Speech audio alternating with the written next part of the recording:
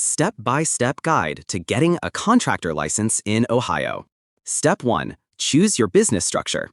Before you do anything else, you'll need to decide how to set up your business. This is important because it affects your taxes, how much personal risk you take on, and how your business operates. A lot of contractors in Ohio go with an LLC. That's because it gives you personal liability protection, some tax flexibility, and looks more professional to clients.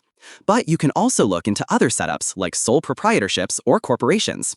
Just make sure whatever you choose fits the way you plan to run your business. Step 2. Make sure you meet the basic requirements. Once your business is set up, the next thing is to check if you're even eligible to get licensed. For most trade licenses in Ohio, you need to be at least 18 years old, be a U.S. citizen or legally allowed to work here, not have any serious criminal convictions, have at least 5 years of experience working in your trade, or 3 years as a registered engineer in the field, or something equivalent that the licensing board accepts. Some licenses, like for master electricians, also require that you've already worked as a journeyman for at least 2 years. So make sure you've built up the right experience before applying. Step 3. Submit your application.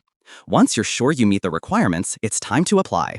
Ohio uses one standard application for all 5 major specialty trades: electrical, plumbing, HVAC, hydronics, and refrigeration. You'll fill out the form, include your work experience, and pay a $25 application fee. Then you'll mail everything to the Ohio Construction Industry Licensing Board, or OCILB.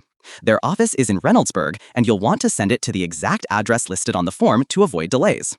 Double-check your application before sending it. Missing documents or unclear experience records can slow things down. After your application is approved, you'll need to pass an exam for your trade. This test is given by a company called PSI. The exam usually includes 2 parts. One covers your actual trade knowledge. The other focuses on business laws, safety regulations, and Ohio-specific codes. A lot of people don't realize how detailed these tests can be, so it's smart to use a study guide or take an online prep course. You'll schedule your exam with PSI once the OCILB gives you the green light. Step 5. Get insurance and, if needed, a bond. Before you can get your license, you'll need to show proof of insurance. At a minimum, you'll need $500,000 in general liability coverage. This protects you and your clients if something goes wrong on a job. In many Ohio cities, you might also need a surety bond. This is usually a local requirement, not a state one. For example, Columbus requires a $25,000 surety bond from general contractors. So you'll want to check with your city or county building department to see what applies where you plan to work. Step 6. Keep your license active. Once you're licensed, you'll want to keep it that way. That means renewing it on time, usually once a year or every few years depending on your trade.